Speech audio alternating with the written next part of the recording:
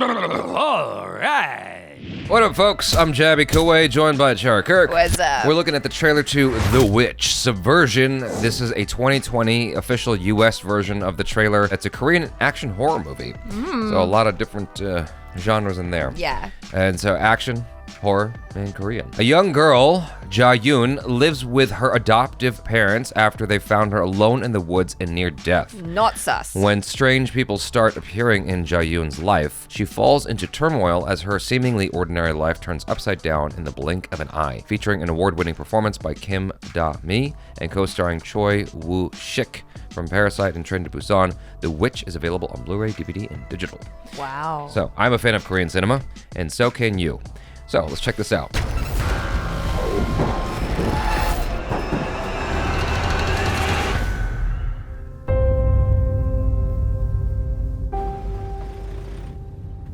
That looks pretty.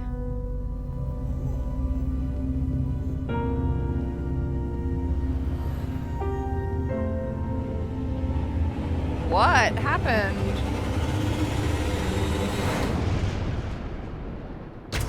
Pretty much every ex-girlfriend of mine. What? Ordinary girl, horrific past. I'm just kidding. Oh, Whoa! oh, oh. Whoa! What?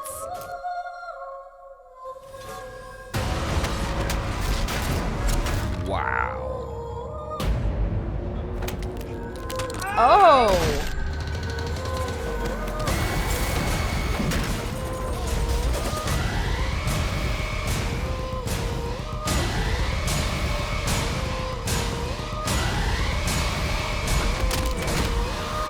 내가 아니랬지. What happened to him?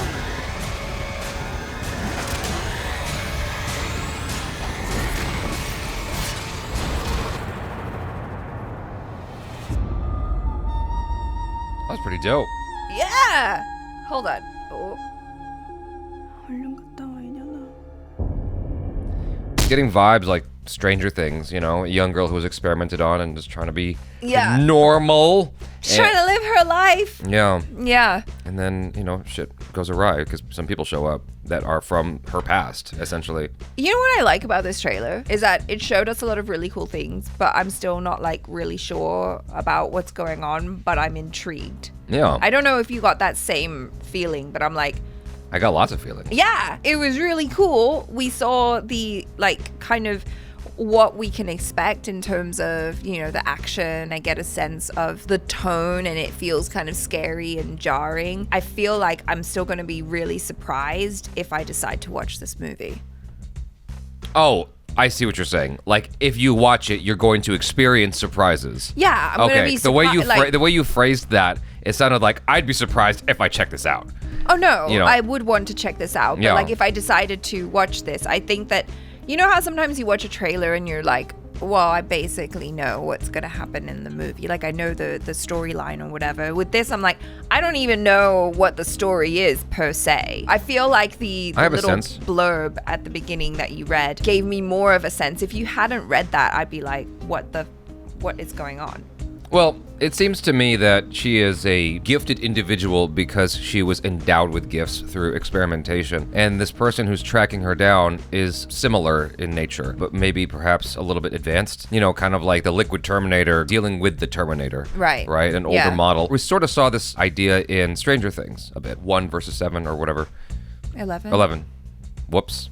You know what I'm talking about, though. 7-11? I don't think it's just one adversary. It looks to me No. like there's 2 at least. Yeah. It gave me a little bit of anime vibes as well, which I think is pretty dope to Yeah. take that to live action. I just hope that in the pursuit of these visuals and the style of action and whatnot, and just the creative, I guess, ideas for lack of a better word, I hope that it's not marred in like really bad editing and like Yeah. crazy camera angles, because the trailer went by so quick. I'm like, that definitely has stirred my pot. It's got me excited, but I'm hoping that when you watch it, it doesn't just feel like difficult to process what's happening. I mean, I will say that anytime that I've watched any Korean content, whether that is like a TV show, a drama, a movie, I'm always just surprised by the storylines. They're like really unique and different. And even like Train to Busan being a zombie movie, it approached it in a really different way, which I appreciate when coming into Korean cinema. Definitely feels different. Yeah. But I mean, familiar but different. You take something like Stranger Things, that premise, but you modify it with this sort of anime approach. Badassery, more badassery. I mean, it's not like Elle isn't badass, because she is, but it's like She's got the same move she does over and over again.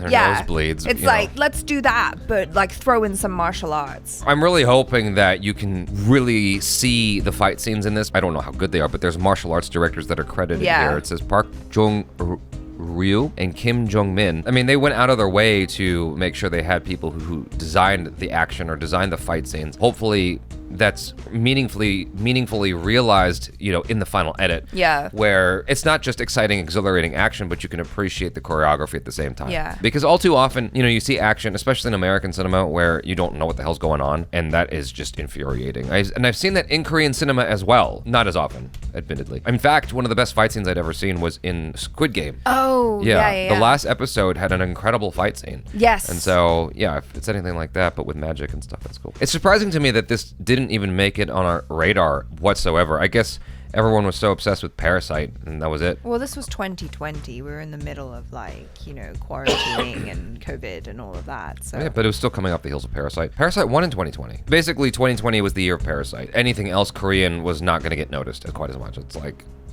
that's weird to me. It's almost like, wouldn't you notice Korean stuff more on the heels of Parasite? yeah, but this Because you're doesn't go, like, oh, this doesn't go in line with that though. no, it's different. You know what I mean? Very different. At a cursory glance, at least, it doesn't seem like a message film like Parasite. Yeah. And that's what was appealing to all the white liberals.